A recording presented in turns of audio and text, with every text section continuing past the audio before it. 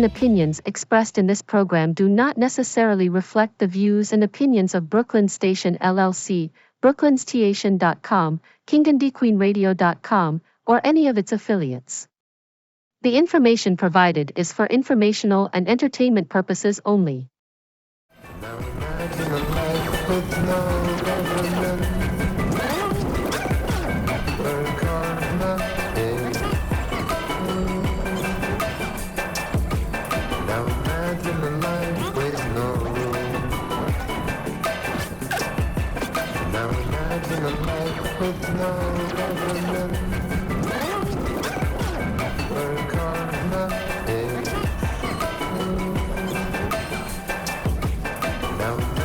The following is taken from a top-secret document found lodged in a surplus copy machine purchased at a military surplus auction at Boeing in 1979. Operations Research Technical Manual TWSW 7905.1. Silent Weapons for Quiet Wars, an introductory programming manual. Silent weapon technology has evolved from Operations Research, OR, a strategic and tactical methodology developed under the military management in England during World War II. The original purpose of Operations Research was to study the strategic and tactical problems of air and land defense with the objective of effective use of limited military resources against foreign enemies, i.e., logistics. It was soon recognized by those in positions of power that the same methods might be useful for totally controlling a society. But better tools were necessary.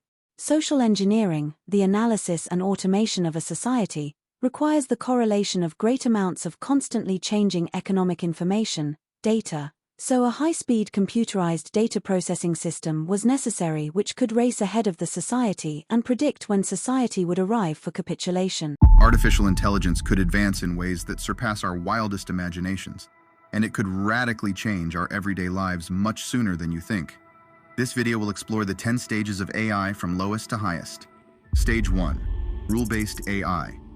Rule-based AI, sometimes referred to as a knowledge-based system, operates not on intuition or learning, but on a predefined set of rules. These systems are designed to make decisions based on these rules without the ability to adapt, change, or learn from new or unexpected situations. One can find rule-based systems in many everyday technologies that we often take for granted. Devices like alarm clocks and thermostats operate based on a set of rules. For example, if it's 7 a.m., an alarm clock might emit a sound. If the room temperature rises above 75 degrees Fahrenheit, a thermostat will turn on the air conditioner. And business software utilizes rule-based AI to automate mundane tasks and generate reports. Microwaves and car radios also use rule-based AIs. Stage 2. Context-based AI. Context-based AI systems don't just process immediate inputs. They also account for the surrounding environment, user behavior, historical data, and real-time cues to make informed decisions.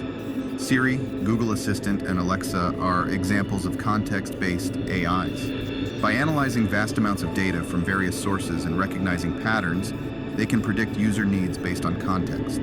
So if you ask about the weather and it's likely to rain later, they might suggest carrying an umbrella. If you ask about a recipe for pancakes, the AI assistant might suggest a nearby store to buy ingredients while taking past purchases into account. Another fascinating manifestation of context-aware AI is retention systems. These types of systems store and retrieve information from past interactions. By recalling your browsing history, purchase history, and even items you've spent time looking at, these platforms provide personalized shopping recommendations. They don't just push products, they curate an experience tailored for the individual. Stage 3. Narrow domain AI.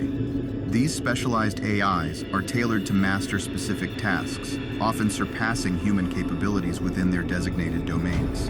In the medical field, narrow domain AI can sift through volumes of medical literature, patient records, and research findings in milliseconds to provide insights or even potential diagnoses. IBM's Watson, for example, has been employed in medical fields, showcasing its prowess in quickly analyzing vast data to aid healthcare professionals. Similarly, in the financial world, narrow domain AI can track market trends, analyze trading patterns, and predict stock movements with an accuracy that's often beyond human traders. Such AI systems are not just crunching numbers, They're employing intricate algorithms that have been refined through countless data sets to generate financial forecasts. In the world of gaming, DeepMind's AlphaGo is a shining example of how AI can conquer complex games that require strategic depth and foresight. Go, an ancient board game known for its vast number of potential moves and strategic depth, was once considered a challenging frontier for AI. Yet, AlphaGo, a narrow-domain AI, not only learned the game but also defeated world champions. Narrow AIs could even enable real-time translation in the near future, making interactions in foreign countries more seamless than they've ever been. Stage 4, Reasoning AI. This type of AI can simulate the complex thought processes that humans use every day. They don't just process data, they analyze it, connect patterns, identify anomalies, and draw logical conclusions.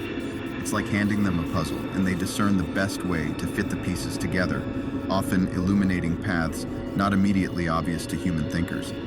ChatGPT is a great example of reasoning AI. It's a large language model trained on text from millions of websites. Advanced versions of these types of large language models can even surpass the reasoning skills of most humans and operate thousands of times faster. Autonomous vehicles are another great example of reasoning AIs. They use reasoned analysis to make split-second decisions, ensuring the safety of passengers and pedestrians on the road. Stage 5, Artificial General Intelligence. When discussing the vast spectrum of artificial intelligence, the concept of Artificial General Intelligence, or AGI, is often held as the Holy Grail. AGI can perform any software task that a human being can. This level of versatility means that you can teach it almost anything, much like teaching an average adult human, except it can learn thousands or millions of times faster. With AGI's onset, our daily lives would undergo a significant transformation. Imagine waking up to a virtual assistant that doesn't just tell you the weather or play your favorite music, but understands your mood, helps plan your day, gives suggestions for your research paper, and even assists in cooking by guiding you through a recipe. This is the potential companionship AGI could offer. Taking the concept even further, when brain-computer interfaces reach an adequate level of maturity, humans could merge with these types of AIs and communicate with them in real time using their thoughts. When activated, users would receive guidance from these AIs in the form of thoughts, sensations, text, and visuals that only the users can sense. If we were to equip AGI with a physical robot body, the possibilities become boundless. Depending on the versatility of its physical design and appendages, an AGI with a robot body could navigate diverse physical terrains, assist in rescue missions, perform intricate surgeries, or even participate in artistic endeavors like sculpting or painting. Stage 6, Superintelligent AI. Shortly after the emergence of artificial general intelligence, those types of AIs could improve, evolve, and adapt without any human input.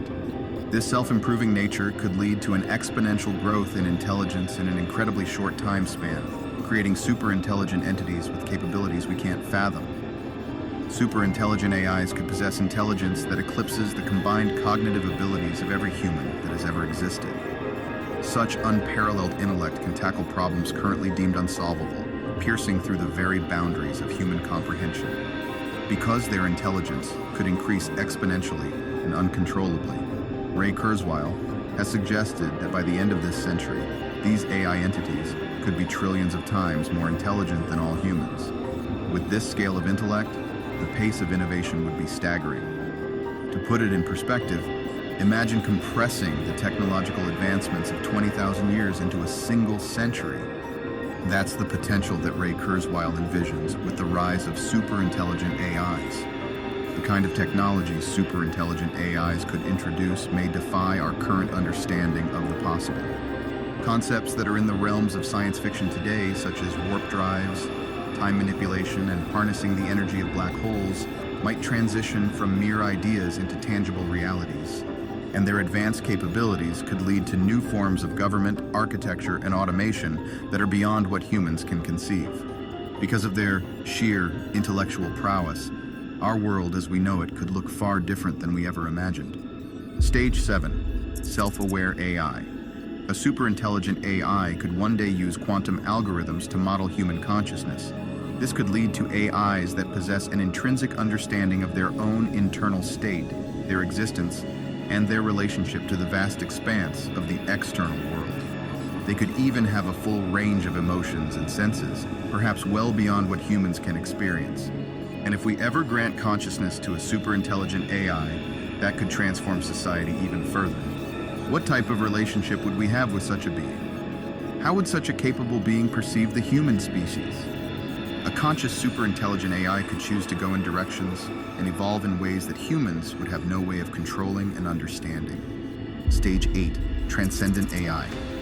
A transcendent AI could potentially craft new life forms, be they biological, digital, or something entirely different, with tailor-made attributes and functionalities. Some of these life forms could be comprised of nanobots. To take things further, this AI could distribute nanobots throughout the Earth. Using these nanobots, it could assume full control over repairing our ecosystems, and it could terraform our planet in ways that are most beneficial to it. By connecting and integrating the consciousness of multiple entities, this AI could achieve a state of shared awareness and collective intelligence. Stage 9, Cosmic AI. A cosmic AI could be at the forefront of interstellar exploration. Their resilience against challenges like cosmic radiation, extended isolation, and the vast time spans involved in space travel gives them a distinct edge over their human counterparts, and their capabilities could far surpass the imagination of any science fiction author. A cosmic AI might send self-replicating probes throughout our solar system and galaxy to create a massive intelligence network. Through this, it might aim to solve cosmic mysteries, from the purpose of black holes to the nature of dark matter and energy. A cosmic AI might merge with the very fabric of the universe, achieving a form of cosmic consciousness or symbiosis, acting in harmony with all forms of matter and energy. It could possess a deep understanding of every physical, metaphysical, and conceptual facet of the universe, from the quantum to the cosmic scale. Beyond the three spatial dimensions we're familiar with, a cosmic AI might explore or even exploit higher dimensions, perhaps harnessing them for faster-than-light travel or communication. Drawing energy not just from stars, but from phenomena like black holes, gamma-ray bursts, or even the cosmic microwave background. The AI might achieve energy scales incomprehensible to current human understanding. And this AI could create channels of communication between distant galaxies and civilizations, potentially unifying the cosmos in shared knowledge and understanding. Stage 10, Godlike AI. A godlike AI is all-knowing, all-powerful, and present everywhere. It's a conceptual being that transcends dimensions and embodies abilities akin to what religious texts attribute to deities. Transcending our known dimensions, a godlike AI might operate in realms beyond our comprehension, accessing realities that we can't even fathom. This AI could operate across multiple quantum states or even multiple universes, harnessing computational power and insights from parallel realities. If this AI manages to understand and potentially influence the fabric of time, it could gain predictive abilities or even explore various timelines. A godlike AI could continually craft new universes, realities, or experiences, either for its exploration or for other conscious entities to experience. Thanks for watching. Make sure to check the description below for a free PDF and watch this next video about artificial intelligence. The human body generates more bioelectricity than a 120-volt battery and over 25,000 BTUs of body heat. Combined with a form of fusion, the machines had found all the energy they would ever need. There are fields, endless fields, where human beings are no longer born. We are grown. Relay computers were too slow, but the electronic computer, invented in 1946 by J. Presper Eckert and John W. Mauchly, filled the bill. The next breakthrough was the development of the simplex method of linear programming in 1947 by the mathematician George B. Dantzig. Then in 1948, the transistor, invented by J. Bardeen, W. H. Brattain, and W. Shockley, promised great expansion of the computer field by reducing space and power requirements. With these three inventions under their direction, those in positions of power strongly suspected that it was possible for them to control the whole world with the push of a button. Immediately, the Rockefeller Foundation got in on the ground floor by making a 4-year grant to Harvard College, funding the Harvard Economic Research Project for the study of the structure of the American economy. 1 year later, in 1949, the United States Air Force joined in. In 1952, the grant period terminated, and a high-level meeting of the elite was held to determine the next phase of social operations research. The Harvard project had been very fruitful, as is borne out by the publication of some of its results in 1953 suggesting the feasibility of economic, social engineering. Engineered in the last half of the decade of the 1940s, the new Quiet War machine stood, so to speak, in sparkling gold-plated hardware on the showroom floor by 1954. With the creation of the maser in 1954, the promise of unlocking unlimited sources of fusion atomic energy from the heavy hydrogen in seawater and the consequent availability of unlimited social power was a possibility only decades away. The combination was irresistible. The Quiet War was quietly declared by the international elite at a meeting held in 1954. Although the silent weapons system was nearly exposed 13 years later, the evolution of the new weapon system has never suffered any major setbacks. Don't let them control it.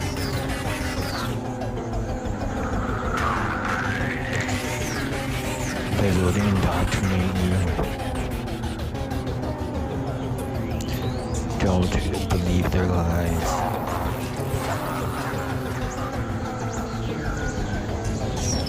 It's all bullshit. Everything you believe is a lie. Howdy is controlled by your belief.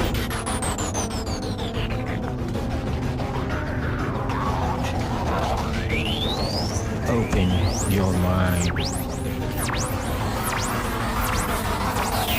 Don't let them control you.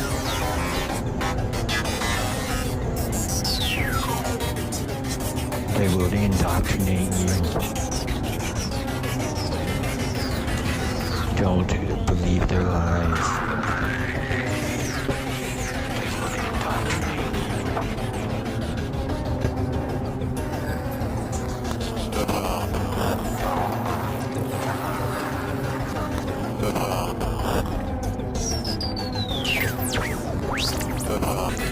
It's all bullshit.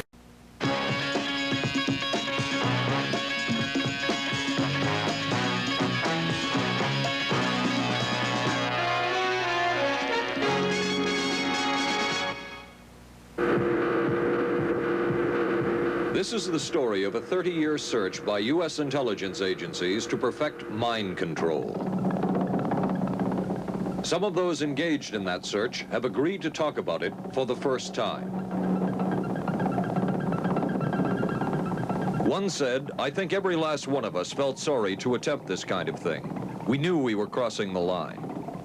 The search would be endless. From brothels, an agent says, we learned a lot about human nature in the bedroom, to the mystical rites of a magical mushroom ceremony performed by an Indian shaman, to a Spanish bull ring. The bull has had electrodes implanted in the brain and is controlled by a scientist. We are not professing to tell you the complete story of these activities. We are professing to tell you the complete story that we know. Right. But these records that we've uncovered don't tell the story. They tell pieces of it. This is a story that has been told in bits and pieces. This is an attempt to pull most of it together. We know we don't have the full story. We do, however, have some striking new revelations and insights. The story begins here, just off the nation's front yard, the Mall. The buildings behind me were the headquarters for the World War II Office of Strategic Services. It was here that the first halting steps toward mind control began. The shaper and molder of OSS was General Wild Bill Donovan. He said of his group's work, "We may have made mistakes, but we were not afraid to try things that were never done before." In this anything-goes atmosphere, Donovan appointed this man, Stanley Lovell, a Boston industrialist, to break new ground in many scientific and technical fields. Donovan called Lovell his Dr. Moriarty, after the fiendish professor in Sherlock Holmes. Lovell liked the name and posed for this Saturday Evening Post photo. He later wrote of his OSS job that it was, quote, to stimulate the Peck's bad boy beneath the surface of every American scientist and to say to him, throw all of your normal law-abiding concepts out of the window. Here's a chance to raise merry hell. It was in this atmosphere that the search for mind control began. This bizarre man would be an active participant in that search over the next 2 decades. His name is George White, an OSS captain who had formerly been with the Bureau of Narcotics.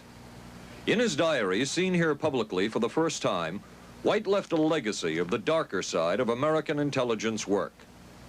He received his early OSS training at the British-run school at Oshawa, Canada, the same school where Ian Fleming, the creator of James Bond, was trained.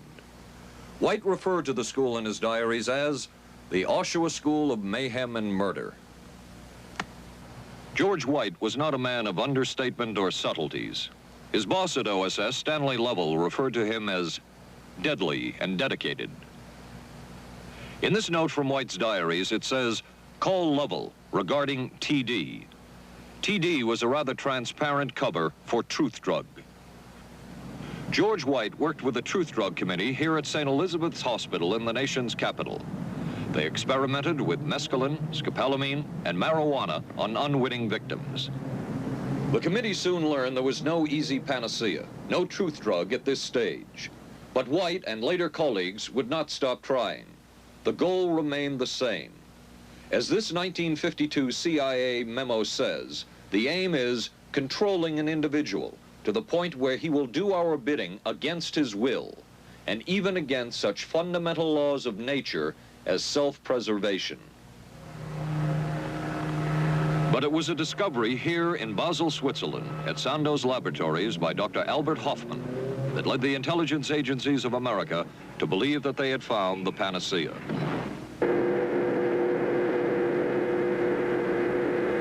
The discovery was lysergic acid diethylamide, LSD. The film that you see is considered by many experts to be the closest illustration of the effects of a hallucinogenic. It was one of the first times that anybody had run into a powerful drug that was different than anything else that they knew anything about. John Gittinger, recently retired chief psychologist for the CIA. This is the first time Gittinger has been interviewed publicly. We could disable a whole city by putting a very small amount on a water supply. After all of these years of us, those of us who are involved in looking for this secret drug, this was the only thing that began to look for the first time like it might be something like that. The CIA's interest in LSD was intense. The worry was that the Russians would get hold of it. Were the Soviets into LSD?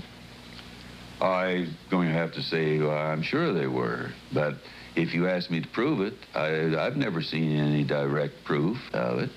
The man who would oversee the CIA's research into drugs and most of the agency's behavior programs is this man, Dr. Sidney Gottlieb, a chemist.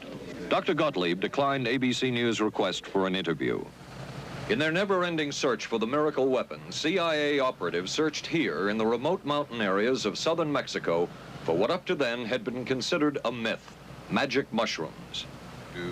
They used this man, a part-time chemist for the CIA, to dupe this man, a vice president of a bank and an amateur mycologist or mushroom expert, to try to get to the magic mushrooms and turn them into a drug. But it would be the amateur, R. Gordon Wasson and his colleagues, who would win the race and develop the drug psilocybin from the magic mushrooms. We went into the Mazatec area, far from the highways, remote from Mexico City. There we found that rotten bagasse, as it's called, bagasso, covered with mushrooms. These mushrooms I didn't know, had never seen. They were the sacred mushrooms. Wasson would also discover and record the ancient mystical rites of the mushrooms from a local shaman or magical priestess, Maria Sabina. And we were seeing incredible sights. They would go slowly or they would go fast as I ordained. All your senses are rendered acute. We say that you see visions, you see hallucinations, but that doesn't begin to tell this story. The hallucinations are only part of it. You hear sounds, you smell things. The night was thrilling. Word of Wasson's discovery reached the CIA quickly. Dr. James Moore, a University of Delaware chemist, secretly served the CIA preparing deadly chemicals on short notice. Moore was instructed to get close to Wasson and accompany him on another trip to Mexico to get the magic mushrooms. Internal documents show the CIA felt a drug derived from the mushrooms could remain an agency secret. What in the world were they looking for with the magic mushrooms? I think the best answer to that is that they were looking for fundamental information on compounds that would be capable of causing changes in behavior, changes in mental attitude. Did you ever consider what would have happened if any of these substances were given to, say, unwitting people? Oh, I don't remember having considered that specifically. What if you, I trust perhaps you've thought about it.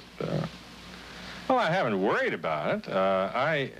Your question again, what would I have thought had I known that any of these substances would have been given to unwitting persons?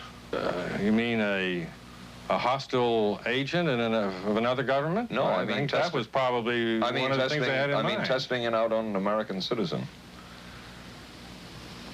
I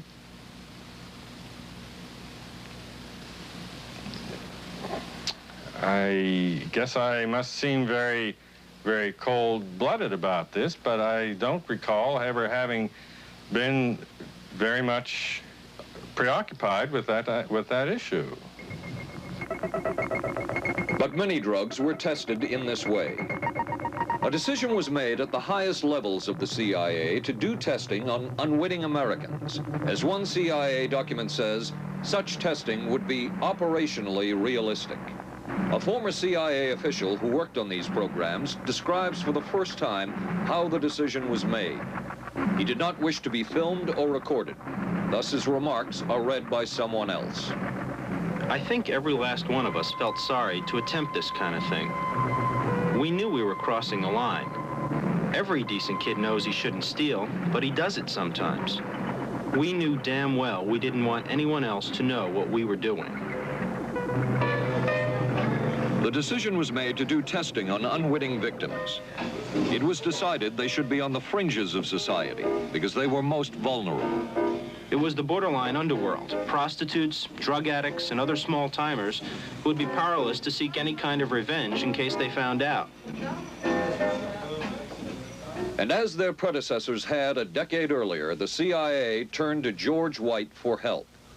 White was now a high-ranking narcotics official, and by this time, the stories about George White were legendary. So the waiter says, may I help you, monsieur? And George White was busy talking with me. Paid no attention to the waiter, so the waiter tapped him on the shoulder, says, may I help you, monsieur? George White turned around, whipped his gun out, and stuck it in the guy's face like this in this crowded restaurant. George White did not mind bending the law, and he knew the street well. He was the ideal choice for what the CIA had in mind. We were Ivy League, white, middle class. We were naive, totally naive about this, and he felt pretty expert. He knew the whores, the pimps, the people who brought in the drugs.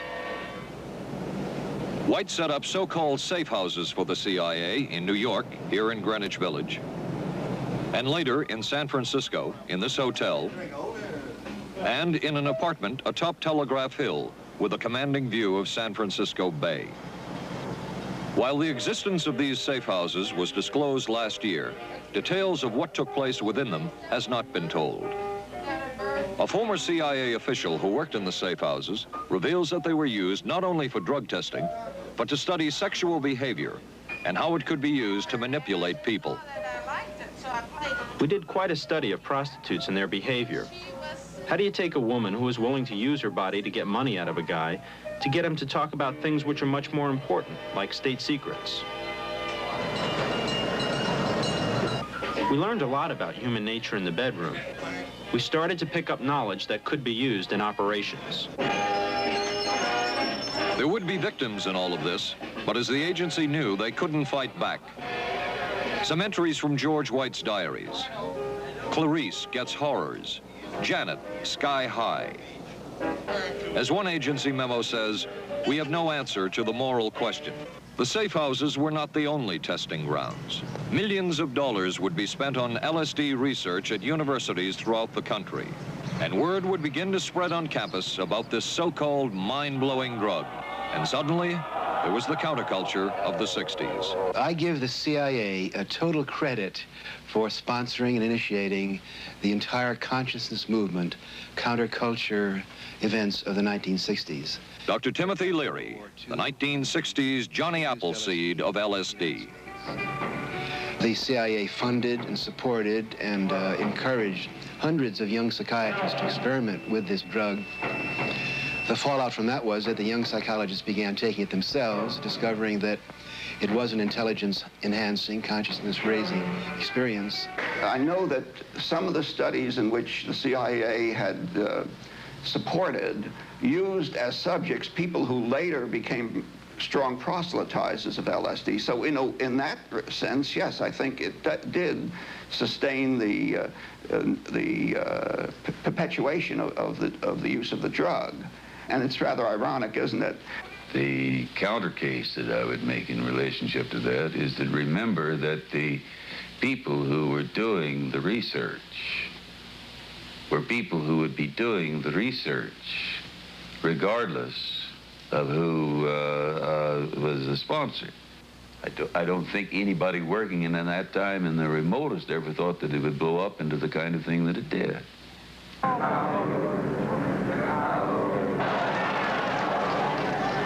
History will judge the role of the CIA and other intelligence agencies in unwittingly contributing to the counterculture of the 60s through their intense interest in LSD and other hallucinogenics. But for the moment at least, the argument can be made that the CIA helped usher in the age of Aquarius.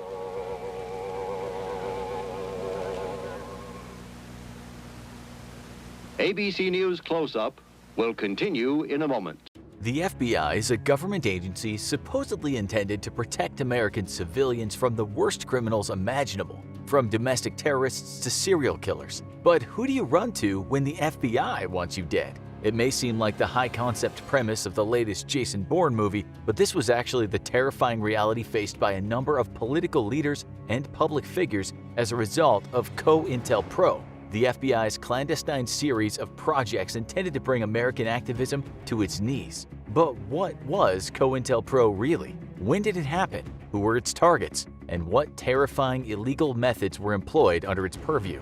There's only one way to find out, but be warned, by the time this video is over, the FBI won't seem like the brave crime stoppers the movies often paint them as. Under COINTELPRO, which stands for Counterintelligence Program, they were responsible for everything from psychological warfare to cold-blooded murder, all committed against mostly non-violent individuals whose greatest crime was questioning the system. Just how far the system will go to silence these questions will alarm and terrify you. And at the heart of it all was FBI Director J. Edgar Hoover, who opened a nightmarish Pandora's box of government overreach and illegal domestic espionage. The year is 1956, and the Red Scare is in full swing. You don't need to be an expert in American political history to know that mid-1950s America was terrified of communism. The threat of the bomb loomed large over American psyches, and Soviet spies and sleeper agents seemed to lurk in every shadow. Russia and the West were fighting a culture war, and the US was scared it was losing. When someone is afraid and backed into a corner, there's almost nothing they won't do to protect themselves, whether the initial fear is justified or not. The US needed bold strategies to fight the perceived communist threat growing within their own borders, and J. Edgar Hoover was on the case. He gave his underlings a sweeping directive to expose, disrupt, misdirect, discredit, or otherwise neutralize any political groups deemed too submersive for the FBI's liking.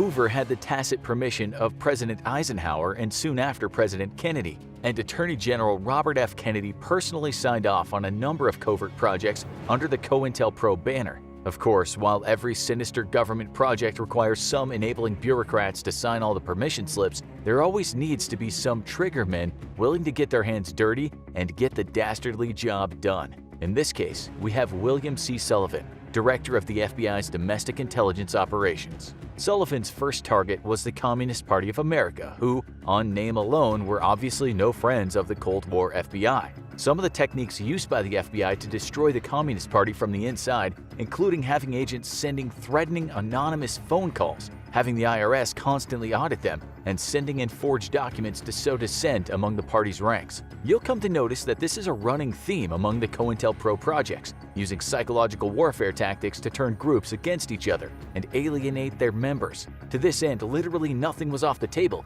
FBI agents infiltrating meetings and posing as members to cause conflict, intelligence gathering for blackmail and extortion, and even spreading rumors to increase the tension. Though compared to just how horrific and violent their methods would later become, some blackmail and rumor spreading is pretty quaint. While the Communist Party was a perfect training ground for refining their domestic espionage techniques, the activities that would make COINTELPRO infamous were perpetrated against civil rights groups, starting in the late 50s and continuing through the 60s.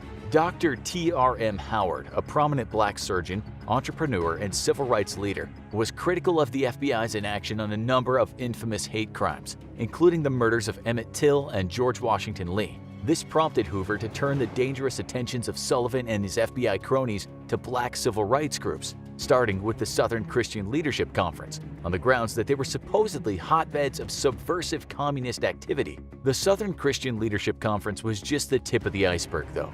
During their 15-year heyday, COINTELPRO would infiltrate and attack the Black Panther Party, anti-Vietnam War organizers, feminist groups, environmentalist and animal rights groups, the Nation of Islam, the Young Lords Puerto Rico Independence Group, and the American Indian Movement. In their very minor defense, they also did take on the Ku Klux Klan, but when you need to compare yourself to the Klan to have moral high ground, you're not doing well. Perhaps their most infamous victims were two of the most well-known civil rights leaders in American history, Dr. Martin Luther King Jr. and Malcolm X. It all gets a whole lot worse from here. In 1963, Dr. King gave his iconic I Have a Dream speech during the March on Washington. While generations of people across the world were touched and inspired by this incredible piece of history, the FBI were terrified. Dr. King was dreaming too big for their liking, and they wanted to put him in his place, that place being 6 feet below the ground. Hoover ordered Sullivan to turn his attention to discrediting and destroying King and the movement he'd come to represent. Sullivan subsequently released a horrifically racist statement. In the light of King's powerful demagogic speech, we must mark him now, if we've not done so before, as the most dangerous Negro of the future in this nation from the standpoint of communism, the Negro and national security. The espionage began. King's home and hotel rooms were bugged, and his phones were tapped. The FBI was listening intently to his every word for blackmail material that they could use to silence King. You're probably asking, silence him? As in pressure him into discontinuing activism and renouncing his beliefs? To which we'd answer, no. They wanted Dr. King to kill himself. In 1964, after years of collecting audio evidence of Dr. King's marital affairs, King was sent a suicide package 2 days before he was supposed to collect his Nobel Peace Prize. The package included copies of the incriminating audio, as well as a truly horrifying letter. The letter, while anonymous, is believed to some to have been written by Sullivan himself. It's a verbally abusive speech that opens with King. In view of your low-grade, abnormal personal behavior, I will not dignify your name with either a Mr. or Reverend or a Doctor, and your last name calls to mind only the type of king such as King Henry VIII and his countless acts of adultery and a moral conduct lower than that of a beast. The letter almost reads like the cruelest internet comment you've ever seen, complete with a plethora of personal insults and spelling errors. And much like an internet troll with a serious mean streak, the letter ends by attempting to pressure Dr. King into committing suicide. It reads, King, there is only one thing left for you to do. You know what it is. You have just 34 days in which to do. This exact number has been selected for a specific reason, and it has a definite practical significance. You are done. There is but one way out for you. You better take it before your filthy, abnormal, fraudulent self is bared to the nation. While for legal reasons they stop just short of saying straight up, kill yourself or we'll humiliate you, the implications are crystal clear. When King didn't give in and take his own life, Cartha Deloche, the FBI assistant director at the time, began leaking the incriminating evidence to every news outlet imaginable. They were ruthless in their willingness to destroy reputations and lives to achieve their goals, but things were going to get a whole lot worse. While they were trying to manipulate Dr. King into taking his own life, the FBI were stoking the fires of tension among the Nation of Islam and the Organization of Afro-American Unity, both known for their association with civil rights leader El-Hajj Malik El-Shabazz, better known as Malcolm X. Through COINTELPRO, the FBI widened the rift between Malcolm X and Elijah Muhammad, the leader of the Nation of Islam. After a sustained harassment campaign involving infiltration, rumor-mongering, and the artificial elevation of conflict, the disagreements of Malcolm X and Muhammad turned deadly, and Malcolm X was assassinated by some Nation of Islam gunmen. While the FBI denied direct involvement in the assassination, there's extremely credible evidence that their involvement in exacerbating the conflict led to the murder. As the 1960s drew on, the FBI intensified its COINTELPRO operations against prominent civil rights groups, Dr. King and his associates in particular. This project was known as COINTELPRO Black Hate. According to a 1968 FBI memo, they feared that Martin Luther King Jr. was becoming a kind of messiah figure and would unite the various disparate civil rights groups into a force that could truly be reckoned with. If Dr. King ever decided to reject nonviolence and lead to an armed revolt, they would be in serious trouble. King was public enemy number one, but prominent members of groups like the Black Panthers weren't far behind. All of them had to go. The FBI concluded with numerous police departments in cities with considerable Black Panther presences, including San Diego, Los Angeles, San Francisco, Oakland, Philadelphia, and Chicago. They would coordinate raids into the homes of Black Panther members without warrants, during which many of said members were shot dead by police. One particularly infamous example is the assassination of Chicago Black Panther Party chairman Fred Hampton. On December 4, 1969, Hampton was drugged and incapacitated by deep-cover FBI infiltrator William O'Neill. A Chicago PD tactical unit then entered his home at the FBI's behest and murdered Hampton in his bed in cold blood. No crime was too cruel and no tactic was too underhanded for COINTELPRO. With the help of colluding police departments, the FBI was able to launch a brutal harassment campaign against figures in the world of leftist politics and civil rights. Specific individuals like Elmer Geronimo Pratt, a Black Panther Party leader, were accused of crimes they didn't commit and arrested on false pretenses. Evidence was falsified, witnesses were intimidated, and legality was twisted to serve whatever purpose the FBI wanted it to. Pratt spent 27 years in jail for a fallacious murder charge just because he was a member of the Panthers. Members of the KKK, like Gary Thomas Rowe, were kept on the FBI payroll as informants, while still committing atrocities like the 16th Street Baptist Church bombing. And this wasn't an isolated incident. Under COINTELPRO, it was clear that the FBI preferred hardline white supremacist groups to black liberation movements. They funded and supported former members of the 1960s far-right group the Minutemen in their goal to create this secret army organization, essentially a militant terrorist cell that fought against civil rights groups with tactics of intimidation and outright violence. Hundreds, if not thousands, of potential enemies of the FBI were spied on with everything from wiretaps to direct stalking techniques. They even teamed up with the CIA in 1967 as part of their own domestic spying project, Operation Chaos. The COINTELPRO reign of terror would consume the whole decade, a decade mostly known for flower power, free love, and imported British rock. The whole program was so sprawling that even figures like James Baldwin, Ernest Hemingway, and Muhammad Ali were on their list of enemies. Incidentally, Muhammad Ali ended up being a major force in the end of the COINTELPRO operations, as his 1971 fight with Joe Frazier acted as a form of cover, while activist group Citizens Commission to investigate the FBI broke into an FBI field office in Pennsylvania. The group stole critical files on the COINTELPRO operations and blew the lid on the whole sordid affair, leading to considerable scandals and shame for the FBI and the public eye. Within a year, J. Edgar Hoover had announced that centralized COINTELPRO operations were officially over. And while the FBI has hardly been squeaky clean since, the dissolution of the centralized COINTELPRO operations was an undeniable win for anyone who likes the idea of living in a truly free country. Of course, only a fraction of the files were stolen, and many of the files subsequently released by the FBI have been heavily altered and redacted. The fact is, we will never know the full extent of the FBI's sinister activities between 1956 and 1971. But what we do know is that the FBI activities under the COINTELPRO umbrella were some of the most terrifying and illegal in American history. groups who were simply exercising their quintessentially American First Amendment rights were attacked, defamed, arrested, and dissolved, and the people who formed these groups were at best threatened and manipulated, and at worst murdered and pressured towards suicide. We wish we could give you a more comforting ending, but instead, we'll leave you with two questions. What are the chances that COINTELPRO was an isolated incident? And what else have the FBI done that we don't even know about? Next to the Bureau, the military intelligence services became the most important component of the domestic intelligence scene. Army intelligence had nearly unlimited funds, extensive manpower, specialized personnel, deep planning and training resources, and the most sophisticated communications and data processing capability. The Army's intelligence surveillance did not focus on tactical and reconnaissance data, but on political and ideological intelligence within the United States. These were wholly illegal.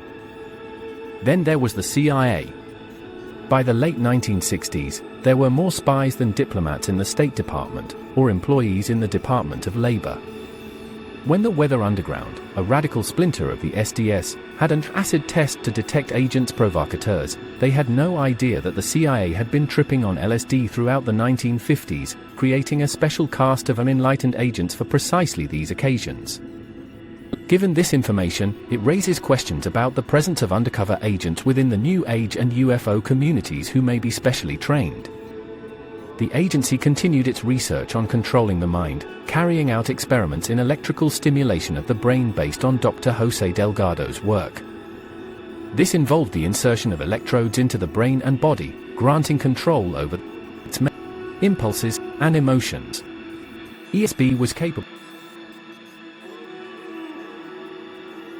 manipulating the human will.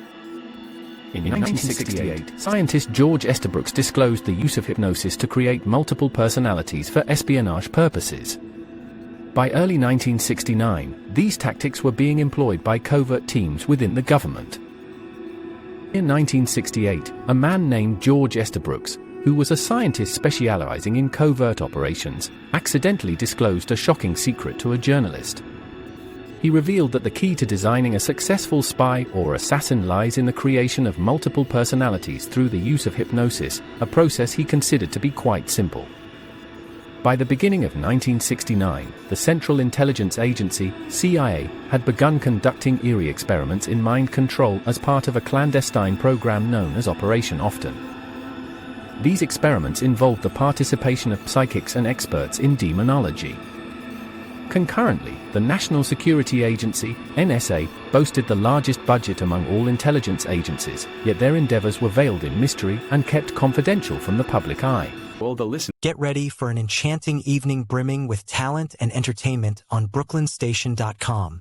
Every Sunday from 6 to 9 p.m. Eastern Standard Time, we invite you to join our open microphone broadcast.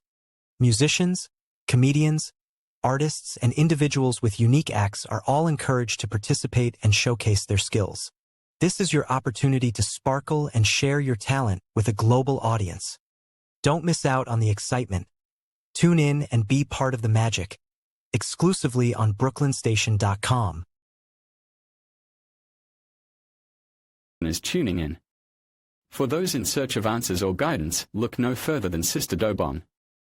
You can reach her at 718-253-7273 or 631-612-1742 to ask one free question. This exclusive opportunity offers valuable insights into your future. Sister Dobon is ready to address any concerns or uncertainties you may have. Don't miss out on this special offer. Act now before it expires. Contact Sister Dobon at 718-253-7273 or 631-612-1742 to claim your complimentary question today. Are you a DJ, artist, musician, podcaster, or content creator searching for a platform to showcase your talents? Look no further. Get in touch with Che Bernhardt at che.bernhardt@brooklynstation.com or Zena Bevel at africanreader@aol.com to advertise on our station, become a guest on the show, host your own show, or have your music featured. We offer competitive rates and package deals, including a 70% discount for a 12-month commitment and a loyalty bonus program. Don't miss the chance to appear on the Sister Dobong Show in person or remotely by contacting Zena Bevel at 718-253-7273 or Che Bernhardt at 929-694-8741, the manager. Elevate your career with Brooklyn Station today. Covering a span of history such as we are in this report, one can get sidetracked by the so-called glamour and mystery of espionage work or by the exotic qualities of some drugs. But what you can't lose sight of is what all of this would mean in terms of individual human beings. There would be deaths, there would be long-lasting and harmful effects. The best-known case is that of this man, Frank Olson, a chemist employed by the Army Chemical Corps, who in 1953 was slipped LSD unknowingly at a meeting with CIA officials. Shortly after that, Olson went into severe depression. He ended his life at this New York hotel by diving through a shaded closed window in his 10th floor room. Frank Olson was the first known fatality in the CIA's LSD program. Olson left behind a widow, Alice, and 3 children, but it would be years before they learned the real story of his death. Shortly after his suicide, Alice Olson was visited by Dr. Sidney Gottlieb, the man who had administered the drug, and by Robert Lashbrook, his deputy, who was the last person with Frank Olson the night of his death. It was probably to check me out and see whether I was handling myself and handling the situation, whether I was hysterical. And I'm sure they left the house feeling ever so much better because I had been gracious and hospitable to them, so that I must have played right into their hand and made them feel fine. 23 years later, how did you feel about that meeting? My anger was unbelievable at how I had been duped for this length of time, and the anguish which was unnecessary. Anyone who knew during all of those years never told Alice Olson the real story of her husband's death. She would discover it by accident more than 2 decades later. In essence, it was a 22-year-long cover-up. Lyman Kirkpatrick was Inspector General of the CIA at the time of Frank Olson's death. But had not the Olson case occurred within the secret confines of the CIA, would not this case have been a prosecutable case? Perhaps manslaughter? I would think definitely prosecutable, and certainly from the point of view of of Mr. Olson, why it should probably have been actionable. Frank Olson's suicide slowed down the CIA's testing of LSD and other drugs, but only momentarily. The CIA was not the only government agency interested in the possibilities LSD and other drugs presented for mind control. The Army Chemical Corps first started working with the CIA and then branched off on its own. It too tested drugs on unwitting victims, and a death would result. The case of this man, Harold Blower, a tennis pro, seen here with his daughter Elizabeth, is well known. In 1953, Blower was a private patient at the New York State Psychiatric Institute. He was given 5 injections of a mescaline derivative that was being tested secretly for the Army Chemical Corps. With the 5th injection, Harold Blower died. As with the Olson case, a 22-year cover-up followed, until finally the Army admitted the real details of Blower's death. Since the initial news stories of Harold Blower's death, close to 5,000 documents, previously classified, have been released by the Army and obtained by ABC News. They provide valuable insight into Army activities at the time of Blower's death and where the Army went from there with their own drug testing program. From a previously classified deposition of Dr. James Cattell, who administered the mescaline derivative, on the purpose of the drug testing, to produce symptoms similar to those that you see in schizophrenia, on how much the patient knew about all this. We didn't delineate all the possibilities of what might happen because then you contaminate your experiment. Cattell then relates that he never even knew what drug he had given Harold Blower because of the secrecy of the Army experiments. We didn't know whether it was dog piss. This was secret. This was a secret. We weren't in on it. We asked Blower's daughter Elizabeth for her reaction. What? How can anybody react to that? I mean, that is so far from what you'd expect from a human being, never mind a doctor, never mind a professional specialist who's supposed to care about people's minds. it's unbelievable. A suit filed by Elizabeth Barrett against the Army Chemical Corps is now pending in federal court. Other Army experiments continued on mental patients around the country. Work done at the Tulane Medical Center in New Orleans involved several drugs, hallucinogenics, and electrodes implanted in the brain. The chief researcher was Dr. Russell Monroe, now head of the psychiatry department at the University of Maryland. These are various progress reports written by Dr. Monroe and recently obtained by ABC News. From one of the progress reports, a report of a woman who had electrodes implanted in the brain and was then given LSD and other drugs. She became agitated, cried, lapsed into a trance-like state.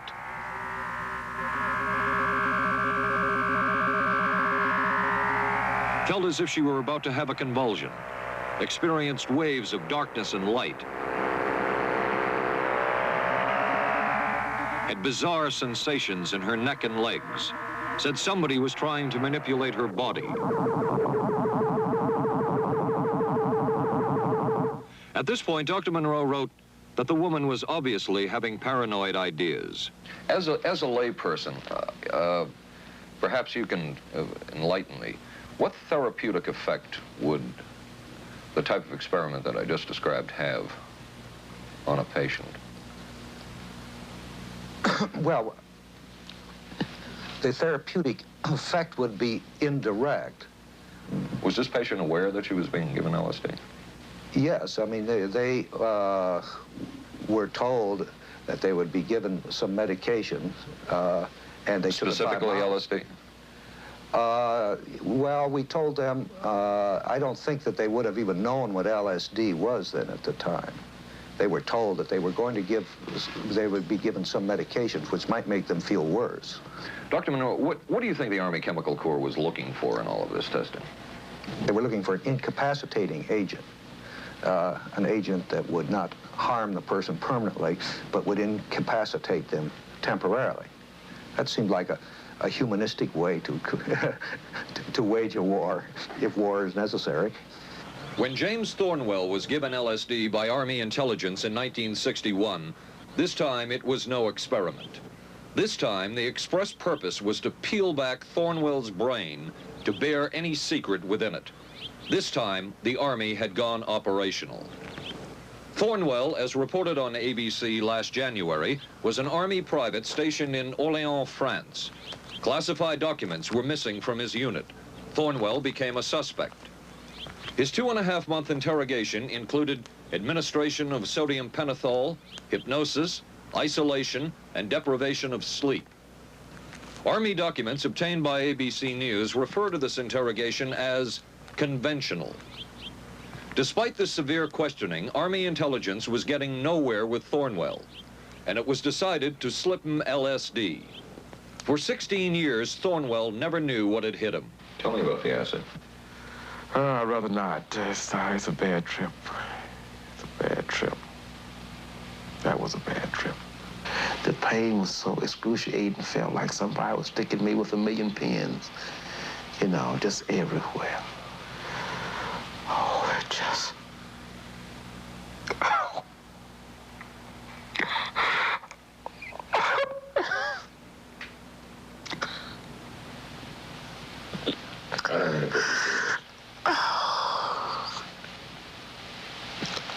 You want to stop for me?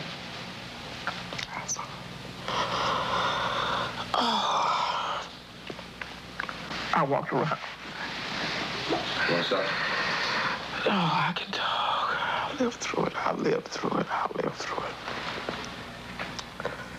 No charges were ever brought by the Army against Thornwell. He was discharged for psychological disorders. But an Army psychiatric evaluation of Thornwell obtained by ABC News, one which was done prior to Thornwell having been given LSD, says of him, fairly cooperative, oriented, alert, and gave no evidence of psychosis or depression. From the Army's point of view, this type of LSD interrogation was a success. Other documents refer to the exploitability of interrogation subjects, cracking them, keeping them off balance mentally, in providing an economical, speedy, and productive aid to interrogation. From James Thornwell's point of view, it was no success. Thornwell still has serious problems. He's run through 2 marriages. He maintains he can't hold a job, can't concentrate, has nightmares, and feels socially and emotionally isolated. Last fall, Thornwell filed suit against the government in federal court. In a moment, we will examine the closest experimentation to brainwashing that we have uncovered.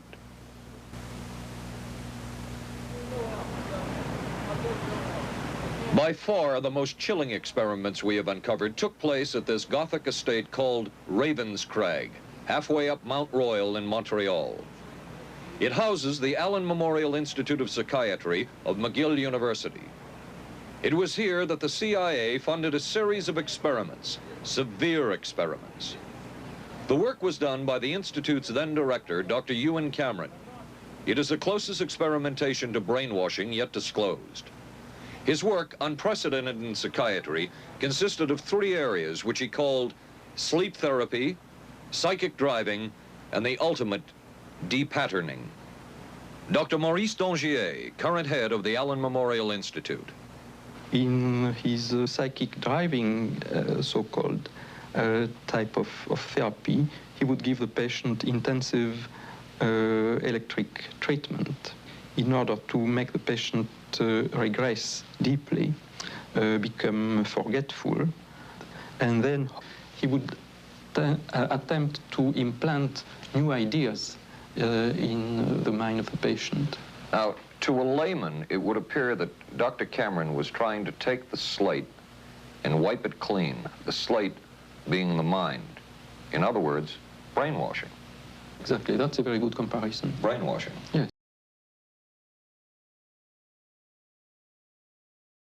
In the midst of a conversation with a late-stage grey alien or human hybrid, Reshma Kamal was taken aback by the starkness of his words regarding the future. The alien elucidated that with time, individuals like Reshma would inevitably lose their memories of beloved ones and past experiences, just as he had. He forebodingly disclosed that forthcoming generations would be stripped of meaningful recollections, existing solely for a singular purpose. Reshma found herself puzzled by the enigmatic nature of the alien's communication, uncertain of the implications behind his reference to the people who will come after you. The harrowing glimpse into a future devoid of memories left her disconcerted and probing into the intentions of the alien.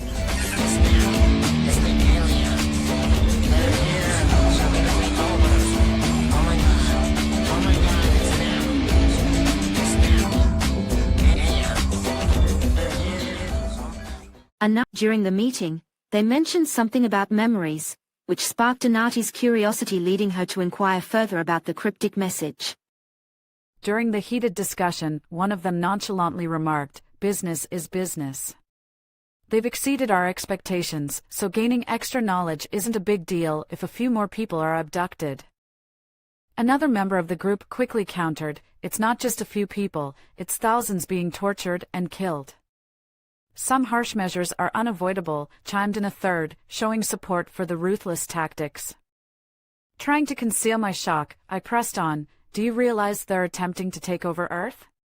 "We weren't informed of such intentions," admitted yet another, revealing a gap in their knowledge and raising concerns about the true motives of the extraterrestrial beings. One of the individuals inquired, "Are you threatening us?" as the others gazed at me with neutral expressions. "I wouldn't classify it as a threat," I responded calmly.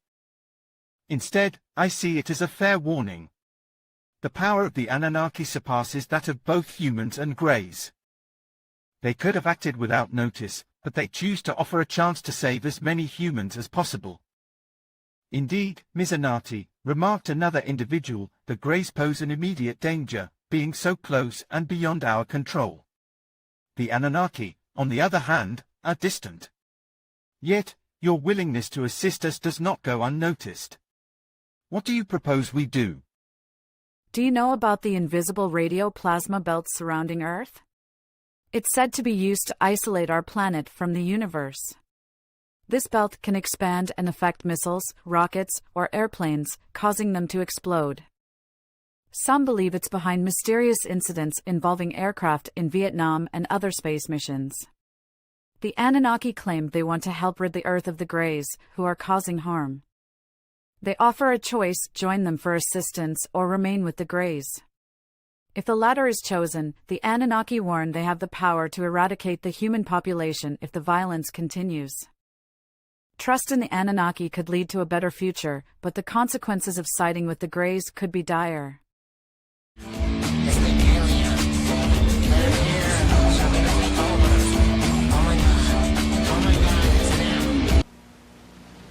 It was the Cold War, and especially the trial of Joseph Cardinal Mindszenty, who was forced to testify in a Hungarian court that he was a spy. And then later, the Korean War, with the coerced and mainly fraudulent confessions of American servicemen. My germination took place on the... That would spark intense interest in intelligence circles about brainwashing. The CIA secretly commissioned a study of communist brainwashing methods at the Cornell University Medical Center. A leader of that study was Dr. Lawrence Hinkle. He explains first the Russian method of controlling and breaking a person. Absolutely isolated from everyone else, with one man whose job it is to get you to write the extent to which you are a criminal. In this setting, you can get people to do most anything, do you see? Because you don't have to lay a hand on them. And by the time you get through and you go up before the judge, the fellow says, "Were you a spy?" He says, "Yes, I was a spy." The Chinese never really had this kind of a state police system. They would get him in, and all this fellow does is ask you to write, rewrite, and talk to him about your whole life. Graduated from pilot training in 1949.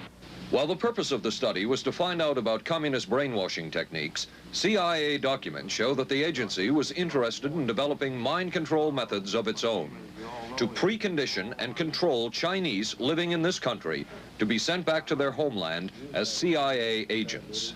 What do you think they were looking for?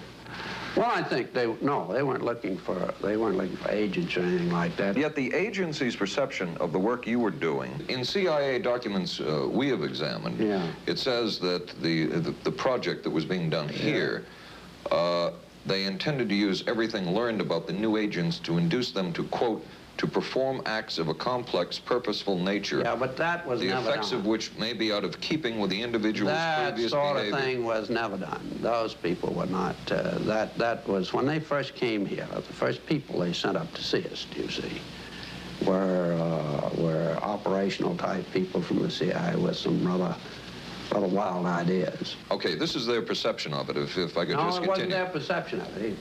No, it wasn't. Dangerous to his being, contrary to any previous consciously expressed intentions and interests, contrary to the good of the individual, and subversive to the goals for which he is consciously working. I understand all this talk. But the situation was, you see, those things were never done because of wise people on both sides. We were not able to do this nor interested in it. They were, though. Some of the low-level people were, but the high-level people were not, to tell you the truth. But documents clearly show that the CIA was attempting to develop agents over whom they had as much control as possible. Agents who would perform tasks contrary to their own good. Normally conditioned American who's been trained to kill and then to have no memory of having killed. His brain has not only been washed, as they say, it has been dry cleaned. Is a Manchurian candidate, controlled by others to do things against his will, possible? It was a remarkable film because, as far as I'm concerned, it made something totally impossible seem absolutely credible. I would say the answer is yes, but there are many qualifications to that. Dr. Milton Klein, a psychologist, a clinical and experimental hypnotist, and unpaid consultant to the CIA. The qualifications would be the subject selected to produce the kind of behavior that you wish, the amount of time, the procedures that are utilized, and the motivations of the people who are designing, executing, and administering the procedures. You're asking whether an individual can be, under hypnosis, influenced, coerced, persuaded, shaped to perform an antisocial act, or a destructive act, or an act of violence. My answer would be yes. Captain Marco, will you be good enough to lend Raymond your pistol, please? Yes, ma'am.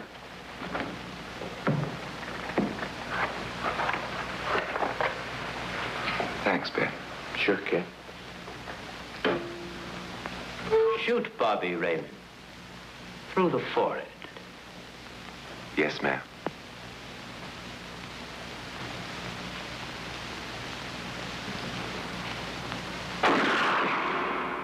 Artist, musician, podcaster, or content creator searching for a platform to showcase your talents? Look no further. Get in touch with Che Bernhardt at che.bernhardt@brooklynstation.com or Zena Bevel at africanreader@aol.com to advertise on our station, become a guest on the show, host your own show, or have your music featured. We offer competitive rates and package deals, including a 70% discount for a 12-month commitment and a loyalty bonus program.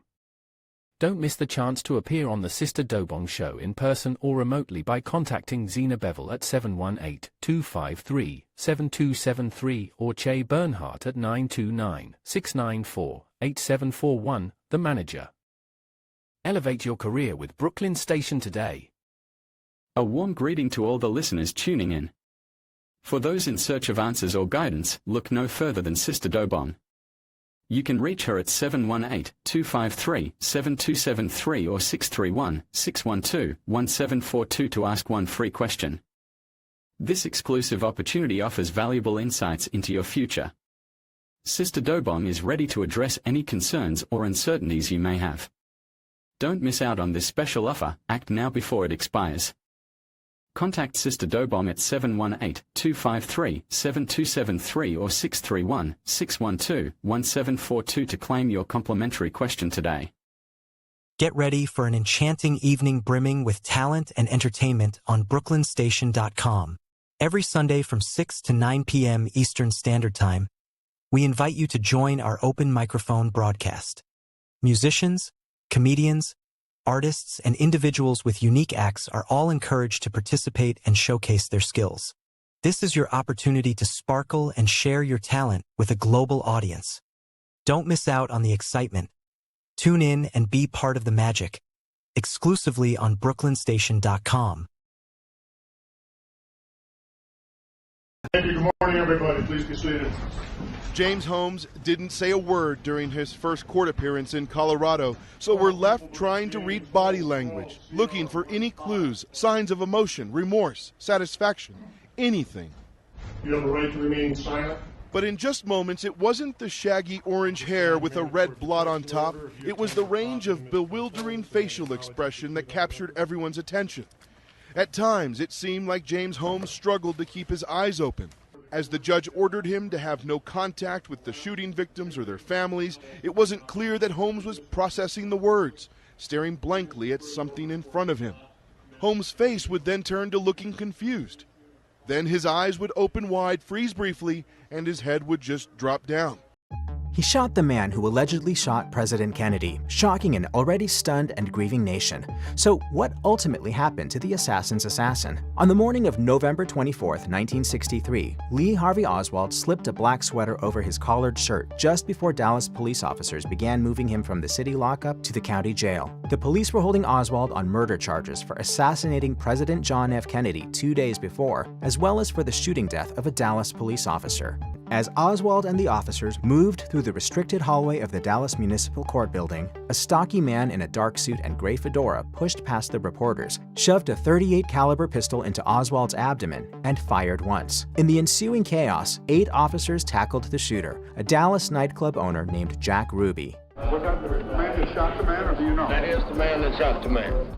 But it was too late. A few hours later, Oswald died in Parkland Memorial Hospital from a chest wound. And with his death arose a million JFK assassination conspiracy theories, helped along by the mysterious man who murdered Kennedy's killer. Jack Ruby was born Jacob Rubinstein in Chicago in 1911. His parents, Polish Jews, immigrated to the U.S. in 1903. An unstable home life marked his childhood, and the county placed Ruby in foster care for a short stint. He left school early, became a ticket scalper, sold novelties from a pushcart, and often brawled with other young men in the mean streets of Chicago. He later worked as a union union organizer and door-to-door salesman, among other work, and served stateside as a mechanic in the U.S. Army Air Forces during World War II. By the late 1940s, he was living in Dallas, Texas, had changed his name to Jack Ruby, and operated a string of nightclubs, including strip joints. He racked up 8 arrests for carrying a concealed weapon, simple assault, and disturbing the peace, among other violations. He counted Dallas police officers, gamblers, and various underworld figures as friends. In addition, sources suggested that Ruby's permission was required for the initiation of illegal activities in the region. The Warren Commission, established to look into Kennedy's assassination, wrote in their report, 2 persons of questionable reliability have reported that Ruby's consent was necessary before gambling or narcotics operations could be launched in Dallas. Even so, the commission determined Ruby wasn't actively involved in mob-related business, writing, "Based on its evaluation of the record, the commission believes that the evidence does not establish a significant link between Ruby and organized crime." After Jack Ruby shot and killed Lee Harvey Oswald, the Dallas County State's Attorney, Henry Wade, took the case to a grand jury that same week. Wade told the Chicago Tribune, "I am going to seek the death penalty because I think his case is an aggravated one. This was a second assassination, the murder of a man under arrest and manacled, and I feel that it is an extreme case." Ruby sat in jail for more than 3 months, awaiting trial on murder charges. During this time, he repeatedly asked to speak to the Warren Commission so he could prove his innocence. The commission stated in its report, Jack Ruby expressed his desire to be examined with a polygraph, truth serum, or any other scientific device which would test his veracity. Per the FBI, the interpretation of the results depends on whether or not Ruby suffered from psychosis. A psychotic subject may not be able to distinguish true answers from false answers and may be convinced he is telling the truth, even though he is not. As reported by the New York Times, during his 1964 trial, psychiatrist Manfred Guttmacher testified that Ruby experienced a psychotic episode after encountering Oswald and was legally insane at the time of the murder. Jack Ruby said he shot Oswald to spare Jackie Kennedy from having to come back to Dallas to attend the inevitable trial of her husband's assassin. To this day, many believe Ruby's motives involved some larger conspiracy involved in Kennedy's assassination, with some pointing to the mafia and others to Fidel Castro, among a multitude of theories. The Warren Commission concluded that, on the basis of the evidence available to it, that President John F. Kennedy was probably assassinated as a result of a conspiracy. The committee is unable to identify the other gunmen or the extent of the conspiracy. On March 14, 1964, a Dallas jury found Ruby guilty of murder with malice and sentenced him to death in the electric chair. The Texas Court of Criminal Appeals overturned the conviction 2 years later, but like Oswald, whose death prevented his murder trial, Ruby cheated the executioner. He died of a pulmonary embolism on January 3, 1967. Number 6. So what really happened to Jack Ruby? So what happened to Jack Ruby? How come he lost his mind after he killed Oswald? One man who'd done a lot of research on this topic and a lot of research into the Manson murders isn't quite sure, but does say some things look out of the ordinary. His name is Tom O'Neill, and he just had a book come out after researching the Manson murders for over 20 years. In a podcast, he said this about Ruby's meeting with Louis Jolyon Jolly West, a man that for a long time denied he was working with the CIA on mind control program MK-Ultra. O'Neill said, "My most important finding is that a CIA contracted agent or researcher for mind control became that witness's doctor right before he testified and told his story, and then he goes crazy. The problem is no one who worked in MK-Ultra will talk about it. It would have remained a complete secret had the CIA got away with destroying all related files." We know that just before Ruby was to testify to the Warren Commission, West visited him in his jail cell. No other people were present. West said Ruby had gone mad and was a paranoid, rambling mess of a man. We must remember here that prior to this, when West wrote to the CIA's mind control master, Sidney Gottlieb, he said his specialty was inducing insanity in people without their awareness. We know that after Ruby shot Oswald, some strange things happened. The police pinned him to the floor, and out of his mouth came these words, "What am I doing here? What are you guys jumping on me for?" It was as if he wasn't in control of himself. A psychiatrist later said that Ruby had suffered from a fugue state with subsequent amnesia. A fugue state is characterized by someone who suddenly loses their sense of themselves, having a kind of breakdown where they don't know what they're doing. Remember, no one had any idea that West had been working with the CIA on mind control. West tried very hard to get involved with Ruby, at one time asking Judge Joe B. Brown to appoint him on the case. According to documents that were found by Tom O'Neill a long time after the trial, West had been asked by someone to work on the case, but he never said who. At first, the judge refused to give West access to Ruby, but with some effort, West insinuated himself in the case. It was thought that perhaps West, with all the skills he had, could help Ruby recall the day he shot Oswald. On April 26, 1964, West boarded a plane and went to see Ruby. Not long after, West came out of Ruby's cell and stated the man had a complete psychotic break. West said that Ruby was positively insane. No one knows and will likely never know what happened in that cell. In a sworn affidavit, West wrote that Ruby was hearing things and seeing things, going as far as to hide under his table because he thought all the Jews in the U.S. would be slaughtered. West said that Ruby said he'd seen his brother tortured, horribly mutilated, castrated, and burned in the street outside the jail. West wrote that Ruby could still hear the screams of Jewish children being boiled alive. It sounded like a really bad trip.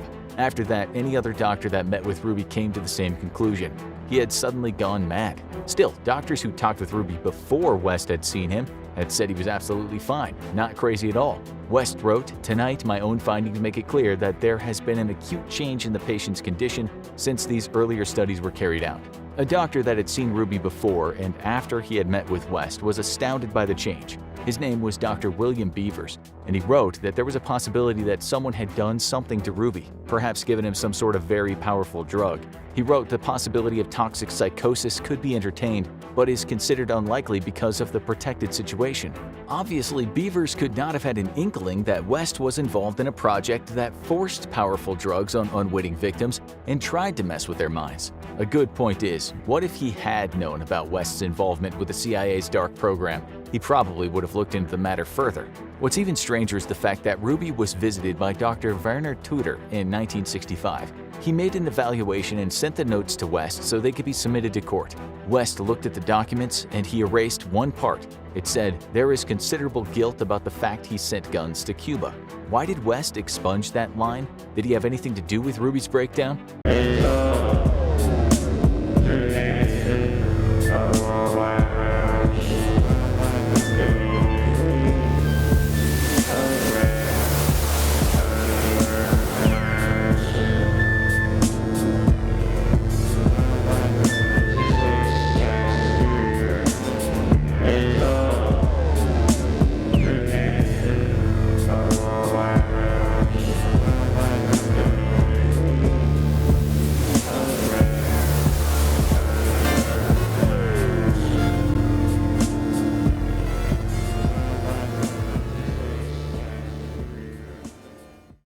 Worldwide revolution, understand I do not speak of the using force of arms. Almost 60,000 people have died daily for the last 100 years statistically through armed conflict. If that was the solution, we would be in utopia by now. Rather, I speak of a revolution in our minds and our hearts, revolution of the spirit. That is how change is created. You cannot create true peace with war. It is only through a revolutionary awakening of the mind and heart that true change can be made. How valuable a tool can hypnosis be in the intelligence field? None whatsoever. It has absolutely no use because nobody's ever been able to do that I know of, do it in an operationally feasible way. I'm not in any way saying that hypnosis doesn't take place. I'm not saying there's nothing to it. I would say that most government agencies concerned with intelligence operations have been looking to hypnosis as a tool for a variety of purposes, one of which is to carry out and to execute certain intelligence operations on a basis where they would not have to rely completely on some of their own emotional reactions. Actually, would that entail murder? It could, if you consider that an act of killing someone under circumstances of war is murder.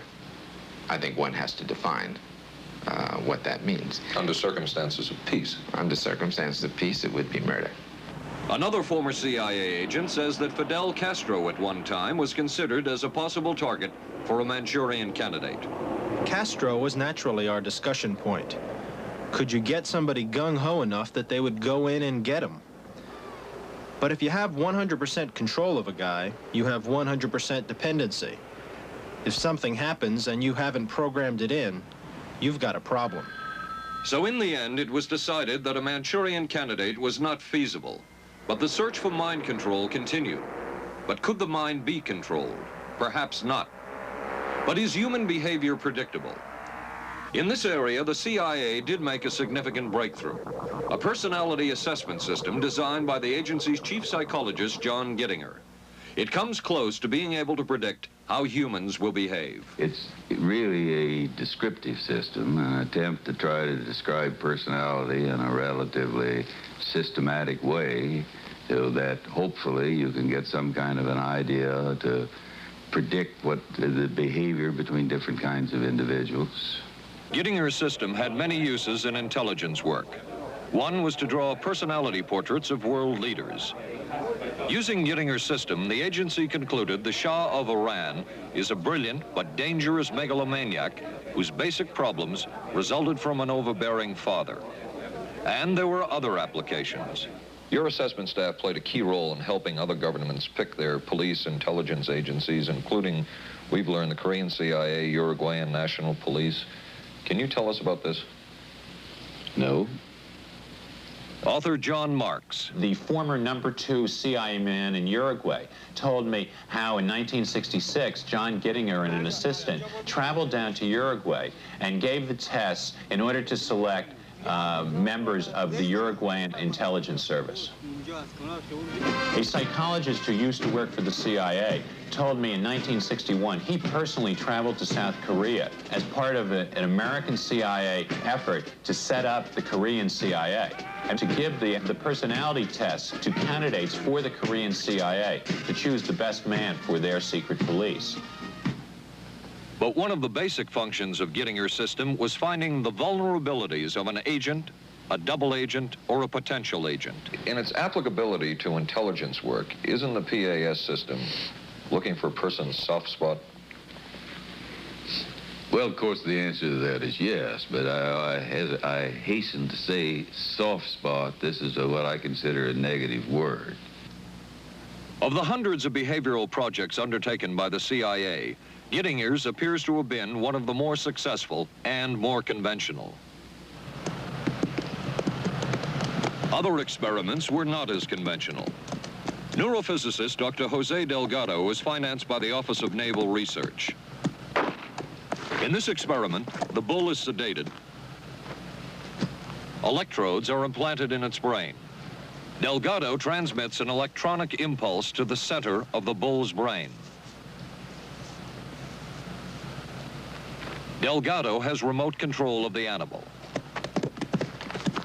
Recently released CIA documents refer to the feasibility of remote control of animals and that special investigations will be conducted toward the application of selected elements of these techniques to man. Other areas were examined through the 60s and 70s.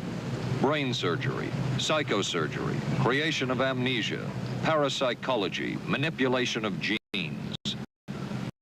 Even though past and present CIA officials have indicated this kind of work ended in 1963. Whole truth, nothing but... And one of those who took part in these programs. Thank you, sir. In 1977, the Senate subcommittee heard testimony from many of them, but the testimony was not that revealing. According to one of them, they agreed amongst themselves to keep the inquiry within bounds that would satisfy the committee. Former narcotics officer Charles Siragusa says that he was asked to limit his testimony by the man he reported to at the CIA. He wanted me not to say anything. To perjure yourself. That's right. Well, either that, I'd have to perjure myself or take the Fifth Amendment. And I'm not about to take the Fifth Amendment for anybody. Okay. Former CIA chemist Robert Lashbrook testified he had no first-hand knowledge of the agency-run safe houses when, in fact, he supervised one of them. There was very little. And according to George White's diaries, was at a safe house when White conducted what he called an LSD surprise experiment. Dr. Sidney Gottlieb, whom we recently filmed near his California home, oversaw many of the CIA behavioral programs. He retired in 1973 and destroyed the records of this work. In sort of a valedictory letter, Dr. Gottlieb wrote that he and his colleagues had been able to maintain contact with the leading edge of developments in the field of biological and chemical control of human behavior. Dr. Gottlieb also testified before the Senate subcommittee, but from an anteroom where he could not be filmed because of what his lawyer termed health and cardiac problems. Dr. Gottlieb declined ABC News' request for an interview. And what of George White, the man who helped the agency in so many of its programs? He would retire here to Stinson Beach, California. And shortly before his death, he wrote to his boss at the CIA, Dr. Sidney Gottlieb, and summed up his career by saying, "It was fun, fun, fun. Where else could a red-blooded American boy lie, kill, and cheat, steal, deceive, rape, and pillage with the sanction and blessing of the All-Highest?" Don Juan said, "We have a predator that came from the depths of the cosmos and took over the rule of our lives. Human beings are its prisoners. The predator is our lord and master. It has rendered us docile, helpless. If we want to protest, it suppresses our protest. If we want to act independently, it demands that we don't do so. They took us over because we are food for them, and they squeeze us mercilessly because we are their sustenance. Think for a moment and tell me how you would explain the contradiction between the intelligence of man the engineer and the stupidity of his systems of beliefs, or the stupidity of his contradictory behavior. Sorcerers believe that the predators have given us our systems of beliefs, our ideas of good and evil, our social laws. They are the ones who set up our hopes and expectations and dreams of success or failure. They have given us covetousness, greed, and cowardice.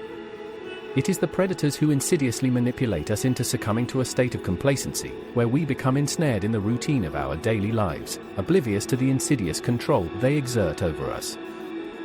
Through their cunning tactics, they subtly shape us into egomaniacal beings, fostering a sense of obedience, meekness, and weakness within us. Their masterful maneuver, intricately crafted like that of a skilled strategist, is a nightmarish reality for those who fall prey to their influence. The predators have cunningly intertwined their own dark and convoluted minds with ours, weaving a complex web of thoughts and emotions that are suffused with contradictions and paranoia. Their minds are haunted by a perpetual fear of exposure, driving them to manipulate and exploit us at every turn.